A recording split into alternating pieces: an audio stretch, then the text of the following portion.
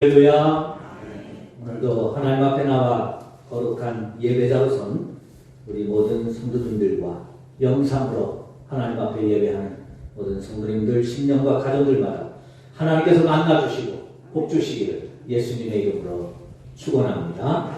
옆에 계신 분들과 함께 인사하겠습니다. 하나님 만나는 믿음으로 행복하세요.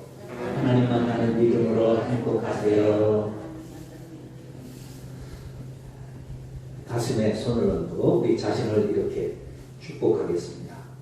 나는 진실한 믿음의 사람입니다. 나는 잘되는 사람입니다. 할렐루야. 믿음 안에서 복된 삶을 영위하실 수 있기를 바랍니다. 한 3주 전에 우리 나이 드신 집사님 한 분이 얼굴에 상처가 났어요. 그래서 놀라서 아니 집사님 어떻게 된 일이세요?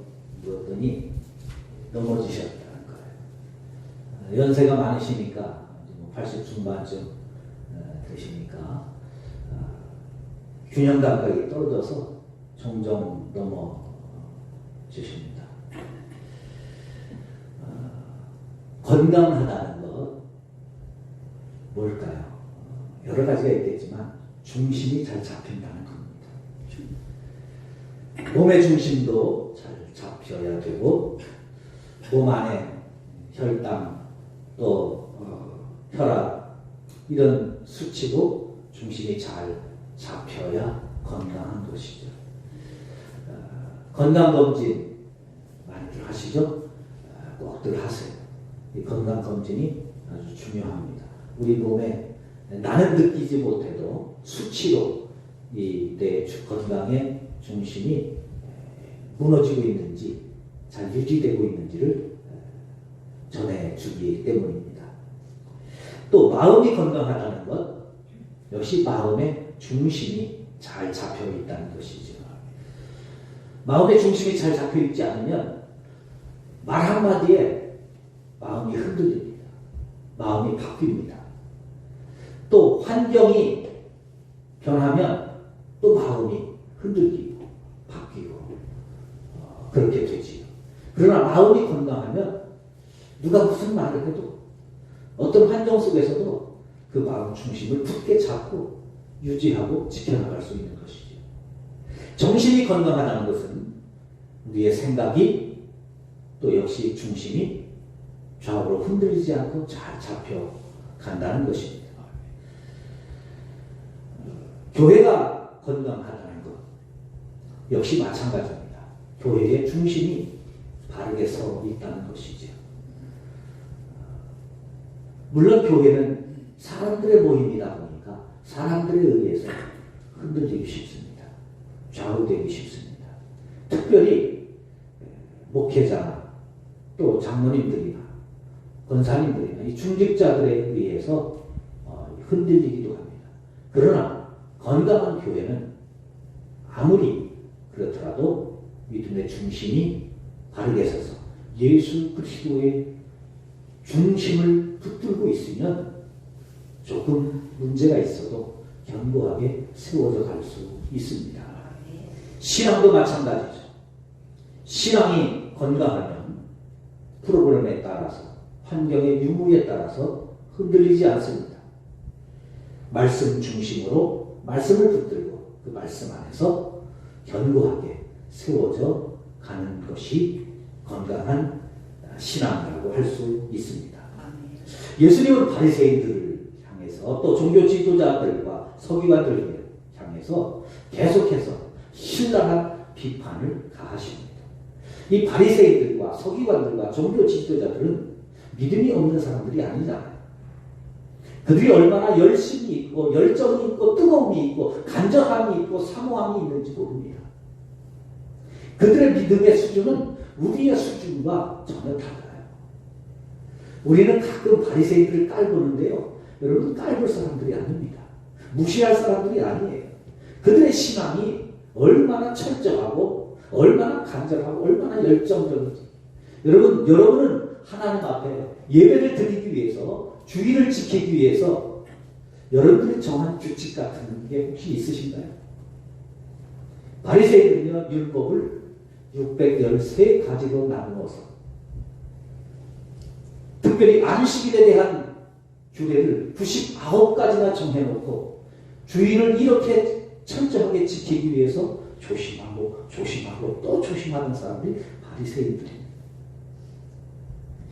그리고 그 하나님 앞에 믿음을 잘 지키기 위해서 애쓰는 사람들이 바리새인들이었어요. 그런데 그들을 향해서 예수님이 책망을 하고 계십니다. 그것도 그냥 가벼운 경고성이 아니죠. 준엄한 책망입니다. 그렇게 열심히 있고 뜨거움이 있고 간절함이 있는 이 바리새인들을 향해서 주님이 책망하신다면 오늘 나의 믿음을 보시고는 예수님이 책망하실까? 칭찬하실까? 우리의 믿음을 대입해 보셔야 됩니다. 그냥 성경 읽고 그냥 말씀 듣고 바리새인들 참 어떻게 신앙생활 그렇게 했을까? 그렇게 들으시면 안 돼요. 나는 과연 어떻게 보실까? 뭐라고 하실까? 오늘 이 말씀을 통해서 우리에게 들려주시는 그 주님의 음성이 있기를 간절히 바랍니다.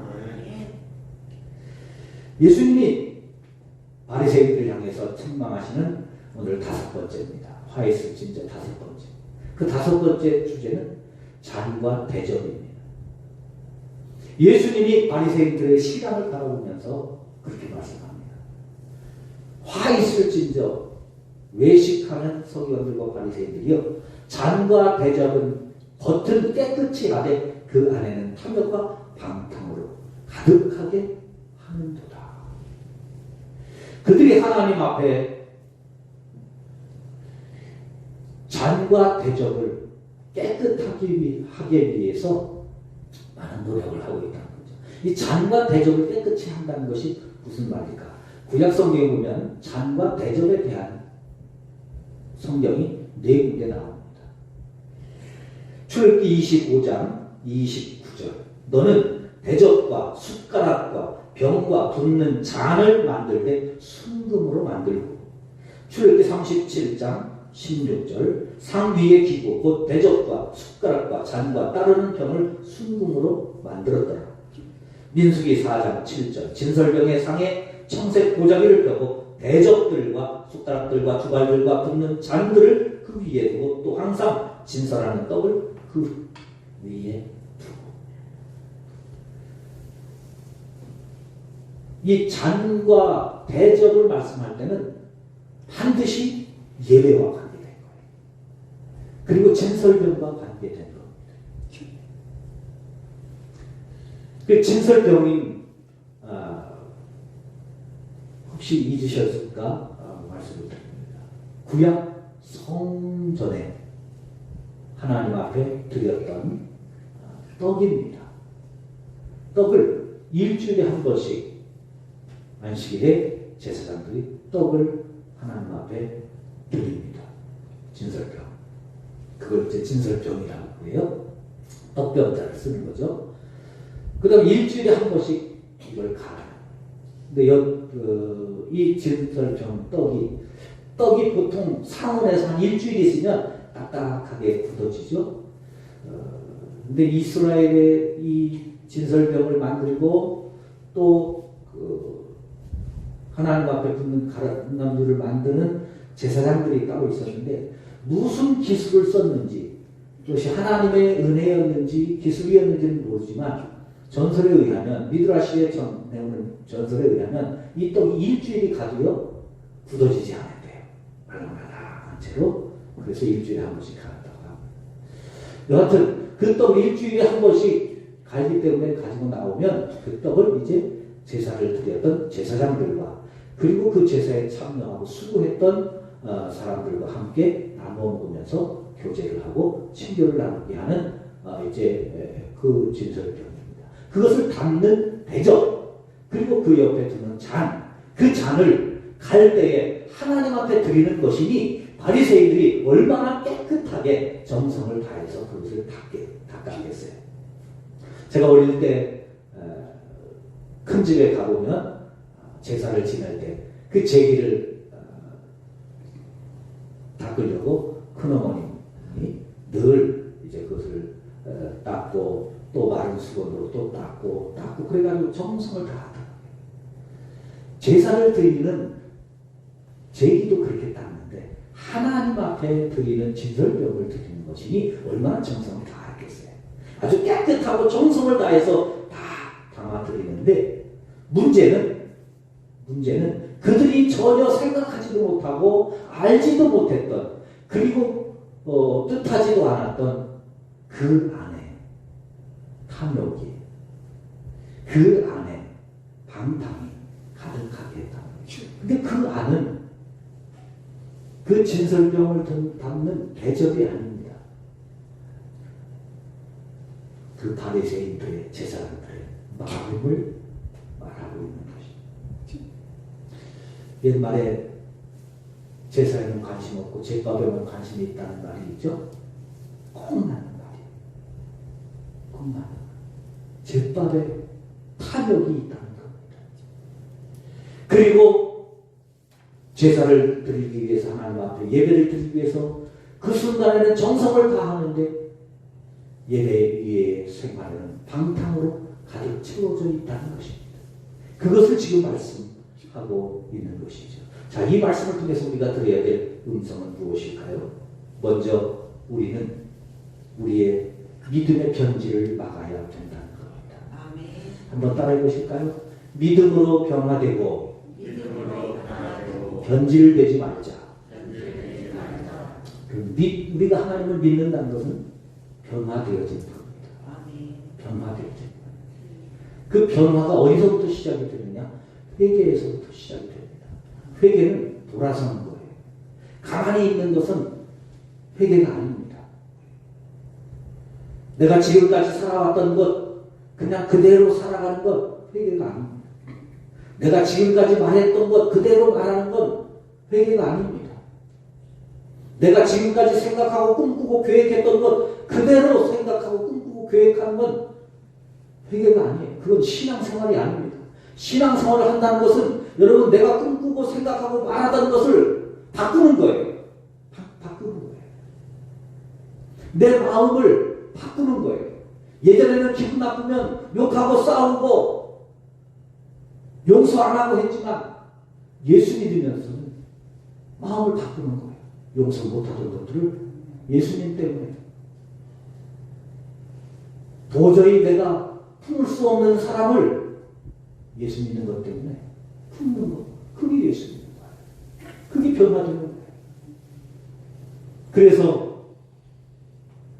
예수 그리스도를 영접하면 우리에게 이렇게 말하잖아요. 그런즉 누구든지 그리스도 안에 있으면 새로운 피조물이다. 이전 것은 지나갔으니 보라 새 것이 되었도다. 이전 것이 지나가야 변화가 됩니다. 내가 돌이켜야 새 것이 됩니다. 그런데요, 돌아서지 않고 돌이키지 아니하면 어떻게 될까요? 변질이 됩니다. 회개는 단 한 번이지만 그러나 끊임없는 변화의 몸부림이 있어야 됩니다. 이것을 예수님을 닮아간다. 그렇게 표현해요. 성화되어져 간다. 예수님을 닮아가는 이 변화의 노력이 계속 우리에게 있어야 됩니다. 할렐루야. 성경은 우리에게 계속해서 말씀합니다. 그렇지 않으면 누구라도 변질될 수 있다는 겁니다. 그래서 예수님은 우리에게 계속해서 깨어있으라고 경고하고요. 요한계시록 2장에 보면 에베소 교회를 향하여 첫사랑을 버렸다고 책망하시기도 합니다. 첫사랑을 버렸단 말은 에베소 교회는 회개했다는 거예요. 그리고 예수 그리스도를 진심으로 영접했습니다. 그런데 신앙생활을 해나가면서 그 다음에 변화는 없는 거예요. 그 다음에 예수님을 닮아가고자 하는 노력들은 없는 거예요. 와서 습관적으로 예배를 드리는데 예배를 드리고 난 다음에 예배 드린 그 흔적이, 표시가, 말씀을 들은 표시가 안 나는 거예요. 제가 강조하잖아요. 제발 표시 좀 내라고요. 예배 드렸으면 예배 드린 표시 좀 내고, 말씀 들었으면 말씀 들은 표시 좀 내고.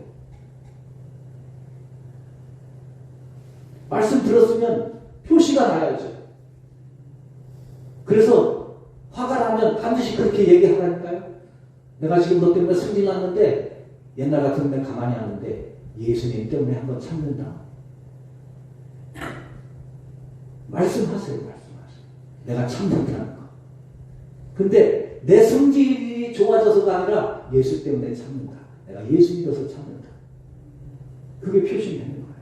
그러면 상대방 신경도 안 쓰는 것 같은데요. 그러나 나중에요. 보면 그 말 때문에 저 사람이 진짜 예수님 때문에 뭔가 신경 씁니다.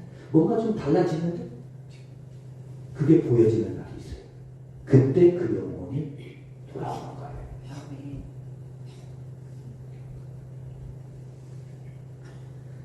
마태복음 26장 31절에서 예수님이 이렇게 말씀합니다. 그때에 예수께서 제자들에게 이르시되 오늘 밤에 너희가 다 나를 버리리라. 기록된 바 내가 목자를 치리니 양떼가 흩어지리라 하였느니라. 예수님이 지금 제자들에게 말씀하시는 거예요. 제자들에게. 자, 오늘 밤 너희가 다 나를 버릴 거다. 예수님이 말씀합니다. 제자들이요, 이 예수님의 말씀을 듣고 어떻게 했을까요? 안 믿어요. 안 믿어요. 인정을 안 해요. 근데 여러분, 예수님이 이 말씀을 하시는 게 예수님이 지금 기분상 아니면 내가 느낌상 내가 지금 느낌이 안 좋아.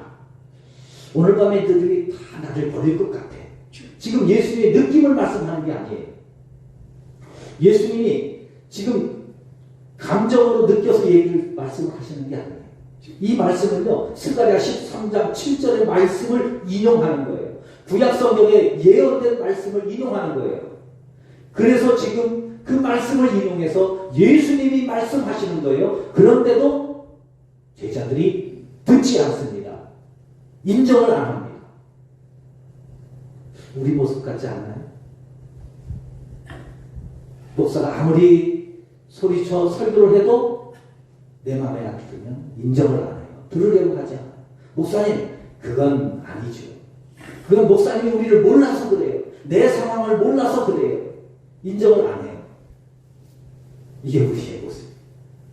이게 여러분 변질되어져 가는 증거예요.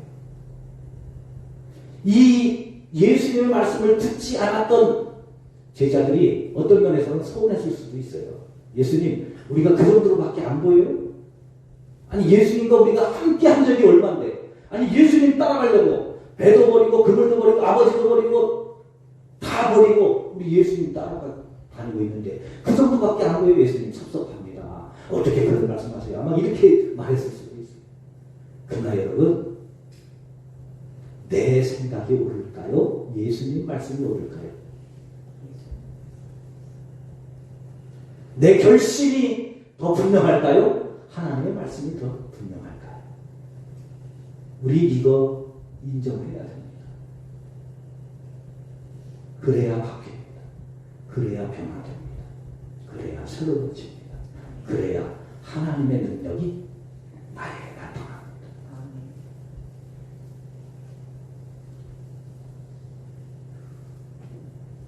신앙생활은 말씀은 섭섭의 문제가 아니에요. 제가 말씀하죠? 제일 무서운 마귀, 섭섭마귀. 섭섭마귀에 붙잡히면 이거는 누구도 못 빠져나. 이기시기를 바랍니다. 섭섭해지려면 마귀가 지금 나를 붙들고 있구나. 그러세요. 그 상대방 생각하지 마시고 지금 마귀가 나를 공격하는구나. 그렇게 받아들이셔야 돼요. 신앙생활은 변화되거나 변질되거나 둘 중에 하나입니다. 그러면 우리가 어떻게 변질 안 되고 변화되는 더 좋은 방향으로 신앙생활로 바뀔 수 있을까요? 누가복음 9장 29절입니다. 기도할 때 용모가 변화되고 그 옷이 휘어져 광채가 나더라. 변화는요, 기도를 통해서 변화될 수 있습니다. 아멘. 내 노력으로 결심으로 안 됩니다. 기도하셔야 돼요. 아멘. 기도하시기를 바랍니다. 아멘. 할렐루야. 아멘. 기도해야 변화될 수 있어요. 기도해야. 예수님도 기도하신 후에 변화됩니다. 로마서 12장 2절입니다. 너희는 이 세대를 본받지 말고 오직 마음을 새롭게 함으로 변화를 받아 하나님의 선하시고 기뻐하시고 온전하신 뜻이 무엇인지 분별하도록 하라. 아멘. 변화가 되려면 이 세상을 본받으면 따라가면 안 됩니다. 마음을 바꾸셔야 된다는 거예요. 오늘부터 내가 예수 그리스도를 통하여 말씀을 통하여 변화되리라. 아멘. 새로워져 갑니다.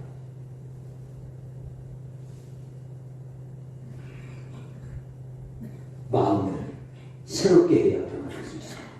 골도후서 3장 18절 우리가 다 수건을 벗은 얼굴로 거울을 보는 것 같이 주의 영광을 보매 그와 같은 형상으로 변화하여 영광에서 영광에 이르니 곧 주의 영으로 말미암음이니라. 성령을 통해서 변화될 수 있습니다. 성령이 내 안에서 역사하지 않으면 변화가 안 됩니다. 성령이 나에게 임하지 않으면 변화될 수 없습니다. 그럴 때는 성령을 구하셔야 합니다. 성령 충만하도록 늘 사모하셔야 합니다. 성령의 부르심에 예민하셔야 합니다. 그래야 변화될 수 있습니다.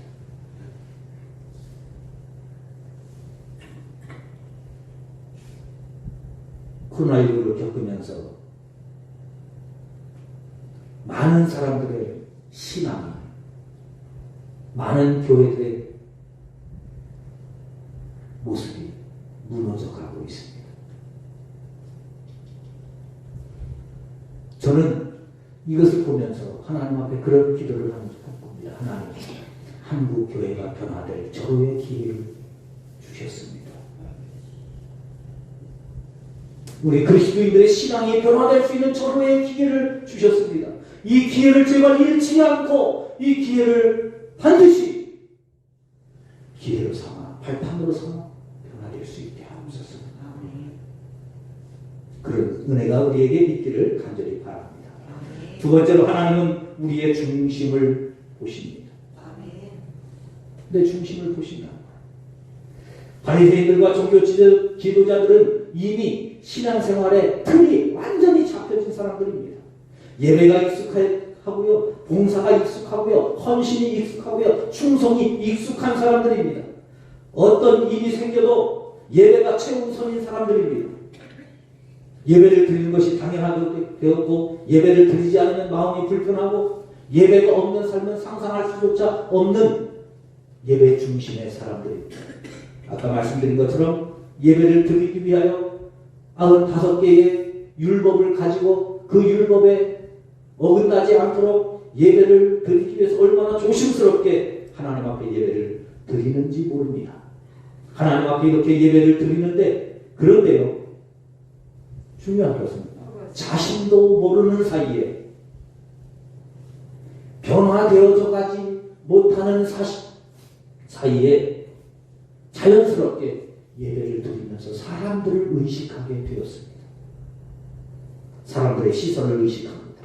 그래서 사람들에게 좋게 보이려고 저 사람은 예배 드리는 모습이 너무 감동스러워, 너무 은혜스러워, 이런 것들을 보여주려고 길거리에 가서 기도하기 시작합니다. 일주일에 2번씩 금식하는 모습 보여주려고 저 사람은 저렇게 열심히 금식하면서 사모하면서 신앙생활하고 있구나. 금식을 하던 그 모습을 이제는 조금씩 사람들에게 보여주려고 금식해서 힘든 티를 내는 거예요. 그래서 얼굴에 인상을 쓰고 힘들어요. 집사님 얼굴이 왜 그래요? 나 금식해서. 누가 좀 알아줬으면 좋겠고 누가 좀 인정해 줬으면 좋겠고 그래서 내 믿음을 인정해 주기를 바라는 마음으로 신앙생활이 조금씩 변질되어져 가고 있습니다. 그들이 신앙생활하는 그 모습, 그거는 대적과 장애 겉을 깨끗하게 한 것이었습니다. 여러분 그 모습을 보면서 많은 사람들이 감동을 받았겠죠. 은혜를 받았겠죠. 이것을 배우셔야 됩니다. 우리가 신앙생활에 나가는 모습을 보면서 한 사람이라도 다른 사람들이 좀 감동을 받을 수 있을 만큼 정성으로 하나님 앞에 예배드리는 모습을 갖추어 가실 수 있기를 바랍니다. 그러나 그 모습이 모습으로 끝나는 것이 아니라 마음으로, 경건의 모양으로 끝나는 것이 아니라 경건의 능력으로 나타날 수 있게 되시기를 주님의 이름으로 축원합니다. 그래서 예수님은 말씀합니다. 겉만 깨끗해서는 안 된다. 참 안도 깨끗해야 된다는 것이죠. 왜 그렇습니까? 우리의 중심을 보시는 분이시기 때문입니다. 사무엘상 16장 7절 여호와께서 사무엘에게 이르시되 그의 용모와 키를 보지 말라. 내가 이미 버렸노라. 내가 보는 것은 사람과 같지 아니하니 사람은 외모를 보거니와 나 여호와는 중심을 보느니라. 여러분 사무엘이 하나님의 사명을 받고 왕을 세우라는 사명을 받고 이새의 집에 방문했습니다. 첫째 엘리압을 보는 순간 딱 느낌이 감동이 왕이 될 사람이에요. 얼굴의 관상도 왕이 될 상이에요. 그래서 엘리압에게 기름을 부으려고 하는 순간 하나님이 말씀합니다. 아니다. 너는 외모만 보이지 나는 그 마음이 보인다. 그 중심이 보인다. 그런데 중심이 아니다. 중심이 아니라는 겁니다. 겉은 완벽한데 중심은 아니라는 겁니다. 그래서 그는 왕이 되지 못했습니다. 엘리야는요 왕이 될 최고의 좋은 요건을 가지고 있던 사람이었습니다. 그런데 중심이 못 되어서 왕이 못 되었습니다. 막내 다윗은요, 제가 수없이 말씀드려서 이제 귀에 피가 나시죠? 다윗의 피가. 키도 작고 얼굴도 생긴 것도 좀 그렇고 겉모습도 그렇고 오죽 성경이 칭찬할 게 없으냐 눈에 총기가 가득했더라. 그 정도예요. 눈만 반짝반짝한 거예요. 왕이 될 상이 전혀 아닌 거예요. 심지어 아버지가 제사장이 사무엘 선지자 제사장이 와서 왕이 될 사람을 기름 부겠다고 찾아왔는데 막내인 다윗에게 가서 양이나 치고 있으라고 했다니까요. 사무엘이 묻습니다. 이게 입에 여기 있는 사람이 당신의 자들이 다합니까? 그럴 때 이새가 쳤거든요. 예, 이거 다합니다. 있다고 인정도 안 할 만큼 그렇게 못난 아들이었어요. 근데 여러분 그 다윗이 어떻게 됐습니까? 사도행전 13장 21절 다윗을 왕으로 세우시고 증언하여 이르시되 내가 이새의 아들 다윗을 만나니 내 마음에 맞는 사람이라. 다윗은 똑똑해서 왕으로 세운 게 아니에요. 능력이 많아서 왕으로 세운 것이 아닙니다. 잘나서 왕으로 세운 것이 아닙니다. 정치를 잘하는 사람이라 세운 것이 아닙니다. 하나님의 마음에 맞는 사람이라서 그 중심이 되어 있어서 여러분 그를 왕으로 세우셨다는 거예요. 하나님은 오늘 우리의 중심을 보십니다. 우리의 중심을 보시면서 엘리압을 떠오르실까요? 다윗을 떠오르실까요?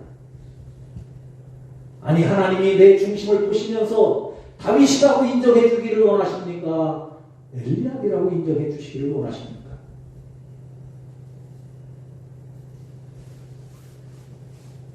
이사야 26장 9절 밤에 내 영혼이 주를 사모하였은즉 내 중심이 주를 간절히 구하오리. 주님 내 중심으로 하나님을 구하는 예배 되게 하옵소서. 내 중심으로 하나님 앞에 나오는 예배 되게 하옵소서. 기도하실 수 있기를 바랍니다.